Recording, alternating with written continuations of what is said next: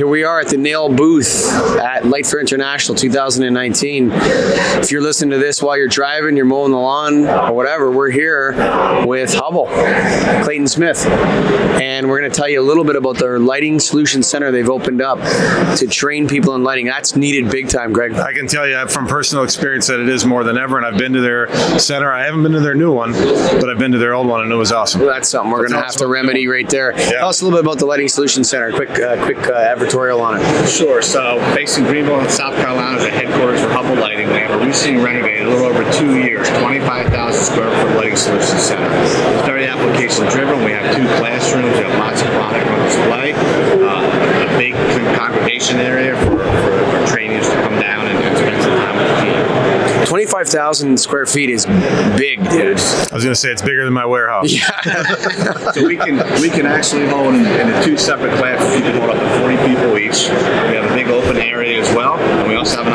auditorium that can hold up to 75 people. And anyone can go, right? It's not for Hubbell customers, or anyone can register. Anybody can register and come down to the event. And to give you an idea of how many people have gone to the facility, last year we had close to 3,000 customers come. Wow. Not only distributors, contractors, end users. End users too. Wow. Architects, engineers, as well as our own people are getting trained in lighting solutions. You know, it's funny. You know what? Let's just start the show. So we thank the National Association of Innovative Lighting Distributors for also being the headline sponsor of all these shows, and of course Hubbell Lighting. Throw out the website for the Lighting Solutions Center, Clayton. So lightingsolutions.com. You can also access it through hubbellighting.com. Okay. And when you access the site, it'll show you all the courses that we have scheduled for the course of the year, as well as descriptions of each course. Clayton, welcome to the Get a Grip on Lighting podcast. Thank you. Thanks for being here. Yes, excited. So, you know, it's funny. It's like you hear about, you come to a trade show like this, you see so many different seams and angles of where the lighting business is going right now. You got IoT, you got health effects, you got, fixtures versus bulbs. You got so many things going on in the lighting business right now. Training. How important is training right now? Well, training is real important. I mean, to your point, all the customers who come through our booth are seeing pretty much a lot of the same products in all the booths. So how do you differentiate one from the other? Sure. So you need to spend time training not only your distributor partners, but also your customers themselves, right? They're customers. So not only online training is very important, but obviously training in person is sometimes better because you get them away from their business road. You get to spend time with them. I'd say it's almost always better in person. Yeah, you know what? There's something about traveling somewhere, getting there, checking into a hotel, going and committing yourself, turning your phone off, getting out of the office vibe and into a place where you're going to learn. I think that's very important for people. Absolutely. So we used to do in the past, we would launch new products, so we do a lot of WebExes. Sure. And whenever you take a WebEx, a lot of times, what are you doing? You're doing other things. Yeah, you're emailing, you're listening, you're emailing. Yeah, you're looking at that. We got three screens. One of them has it, the other 2 are working. Exactly. So what we try to do is Get their undivided attention. exactly. So we either get them down to Greenville, South Carolina, or one of our other training solution centers around the country, or we go out in person and do the training. So anytime we go out with new products, we make That works too, yeah. And getting out there and getting in front of the customers. You know, Hubbell's emerging as a real leader in this business right now. You've seen, and you know, not to say any names, but we know that some of the leaders are sunsetting a little bit in this business. You know, and I think a company like Hubbell is doubling down. Yes, absolutely. I mean, with just all the new products that are coming out, we're showing 140 products in our booth, which is amazing. Yeah. It doesn't look like it's crowded, to be honest with you. Huh. So how do you guys stay ahead of the training curve? Then how do you know what's coming up, or what are you looking at for the future of lighting? I mean, you talk to people. What's your steps in figuring out what to train on? From a training standpoint, Yeah. well, we're obviously anytime we come out with a new product, we're trying to make sure we put together videos. You know, not half an hour videos. We're trying to put together 5-minute videos. Just kind of touch the key benefits of the new products that we're launching. So every time a new product is launched, we're doing it. All right. We're also putting together training modules online, so they can go online and take the modules themselves. We try to keep those less than 5 minutes. A couple PowerPoint slides, a couple talking points, quizzes at the end, so they get a chance to go ahead and take the course and then take the short little quiz. So we're trying to do a lot of that as well. And of course, we're just trying to get them down to our headquarters and do a lot of that in person. We talked a little earlier too, but I feel like a lot of unfortunately, value is lost a lot of times. Like people can't define value in lighting as much as maybe they used to. I think the value propositions are right right now in lighting are undefined. So you say like health effects. People are like, yeah. We're, the reality is the scientists know that you can affect people's well-being with lighting. We know that the IoT, the infrastructure, the technology is there. Where are the value propositions? And I think that's where the training comes in. It's going to come from the grassroots. It's going to come from the grassroots up. It's not going to be dictated down from the top. Yeah, so obviously color tuning is key.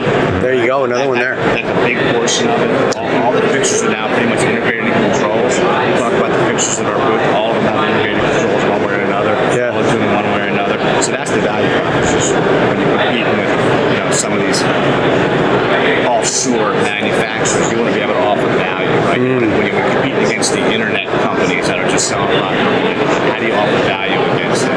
It's the control side. The people that are going to be here in the long runs are the ones that are doing that. It's tough for us right now, though. We're battling that every day. Yeah. But we need to keep that growing and keep it going. And I agree. Educate. I mean, you really need to somehow find ways to add value to the channel. That's most important. We respect the channel, right? We want to sell to our distributors. We want to sell them to their customers. So we respect that. So we want to make sure we add value to that channel. So by training our distributor partners on controls, commissioning controls, that's a key, and that's what we're trying to do with our partners, is get them some of that value to their customers. The last time we spoke, we had a little bit of technical difficulty, so we didn't put it out. But you were adamant that every distributor needs a control expert on staff. Correct. If you want to get serious in the next 10 years. Yeah. You still in that? That's where you're at? Oh, absolutely. I mean, when we go to the NAEDs, the national meetings, and when we talk about distributor partners, we're emphasizing the fact that we need a lighting specialist, we need a control specialist. Sure. We need both on staff. If you try to concentrate on both, you're not going to concentrate on any of them. Yeah. So you really need to add value by having a control specialist. And we have distributor partners out there that have 3 and 4 control specialists that are also certified on being able to go out there and commission jobs. Now, I'm not talking about going and commission a large university. I'm talking about going and commission a small office. Sure. Yeah. Sure. Those are the easy ones. Yeah. That's where you cut your teeth too. That's a good place to cut your teeth. Exactly. So then once you do that, your customer's going to come back to you the next time you contractor. Hey, I have another small job. Come to us. Sure. We want to use you to commission this job or set the controls for the job.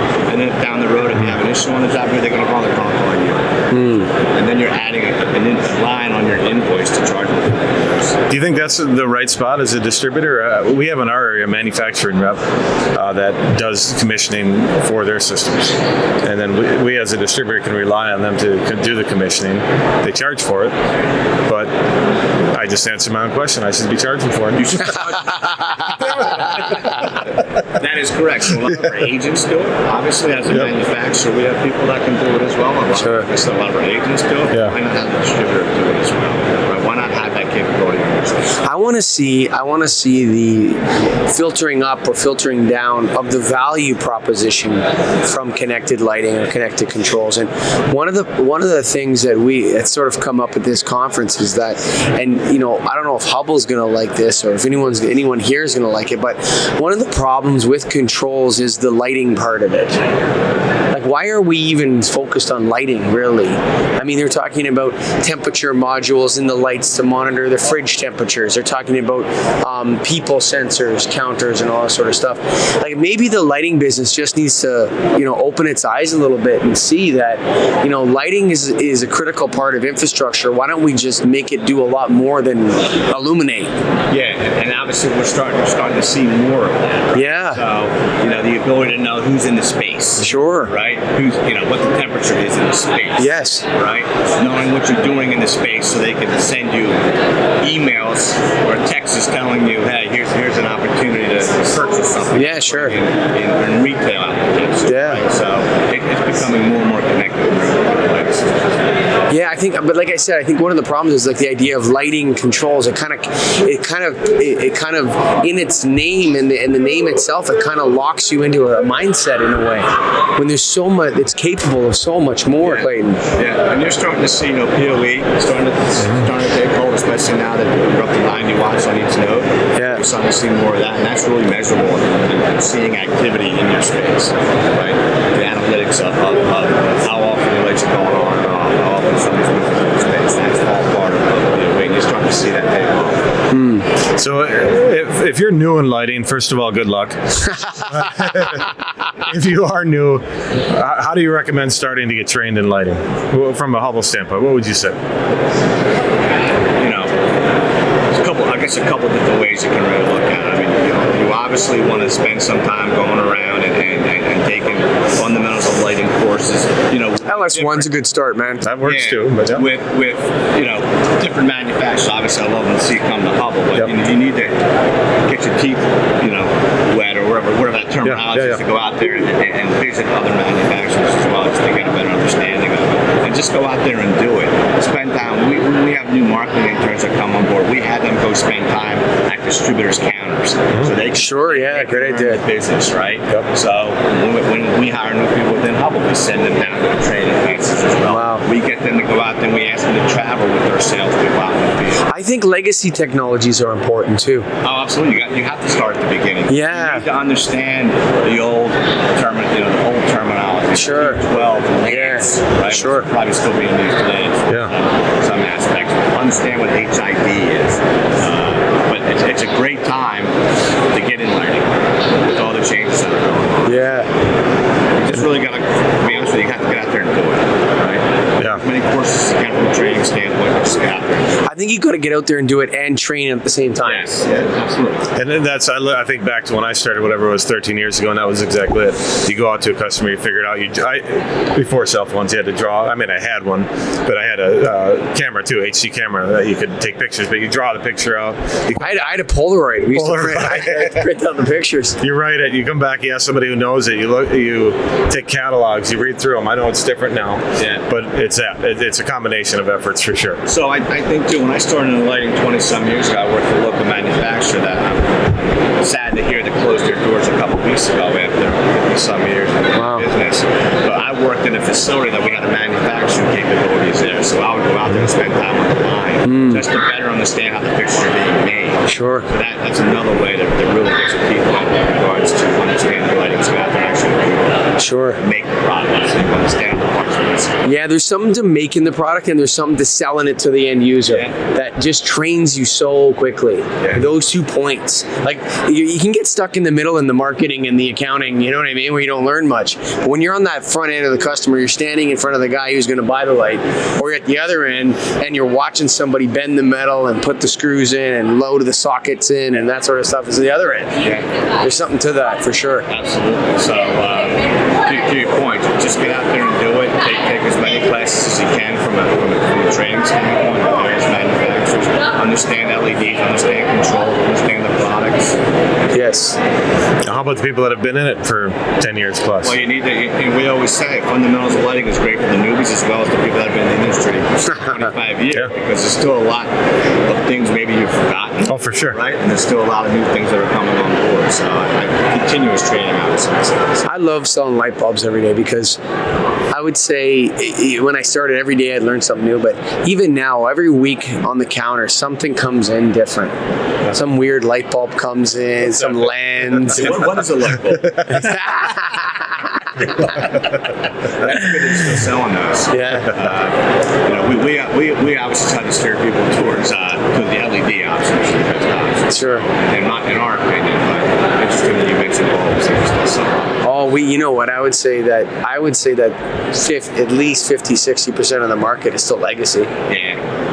So you got a lot of replacements, honestly. Yeah, sometimes people want to buy a box of bulbs too. They want to buy a box of F32 T8 835 case. Sure. You know what I mean? They don't want to get into it.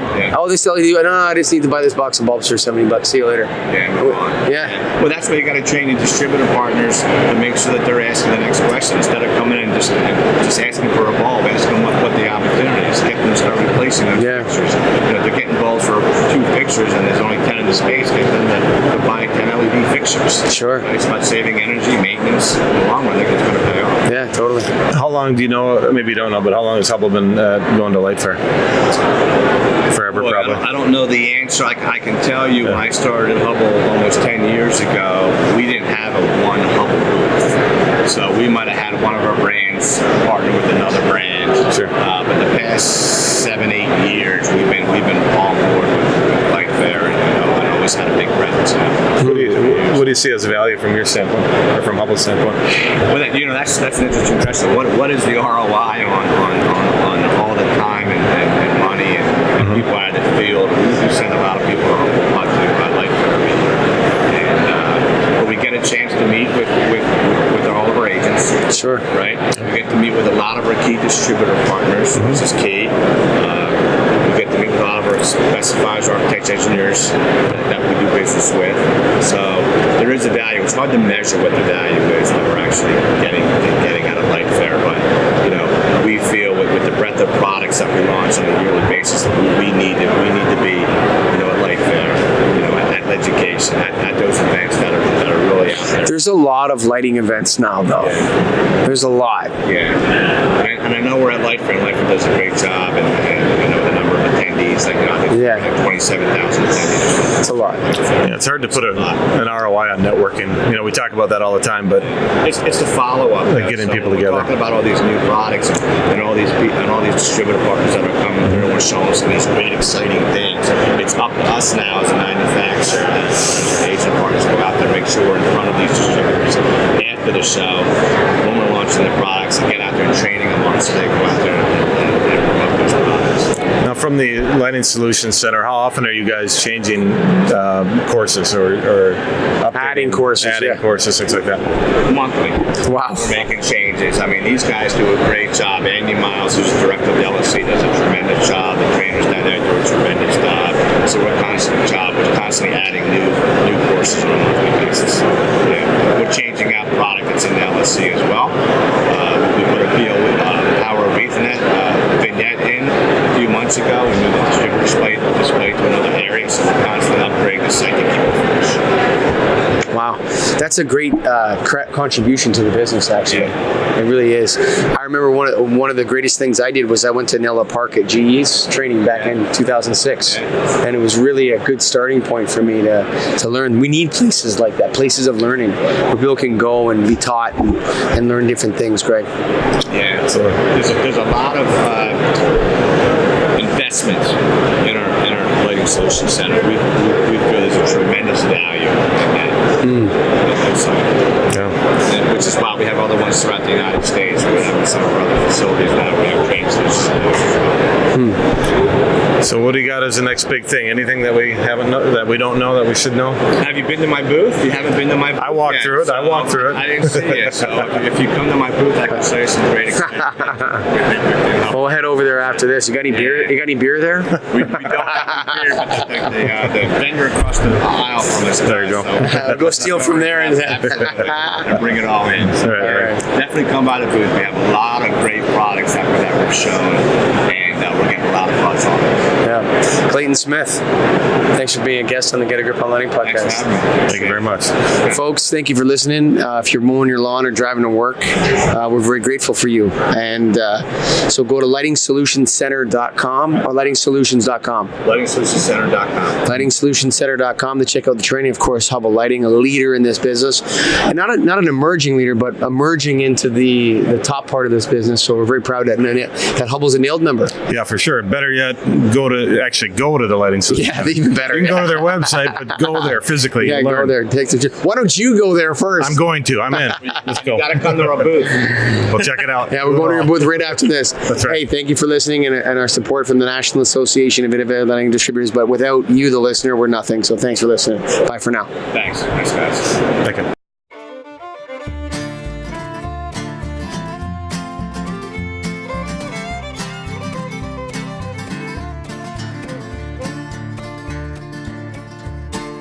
Written on the rectory wall, there's a sign there for all. You are lost, the Lord is there to find you.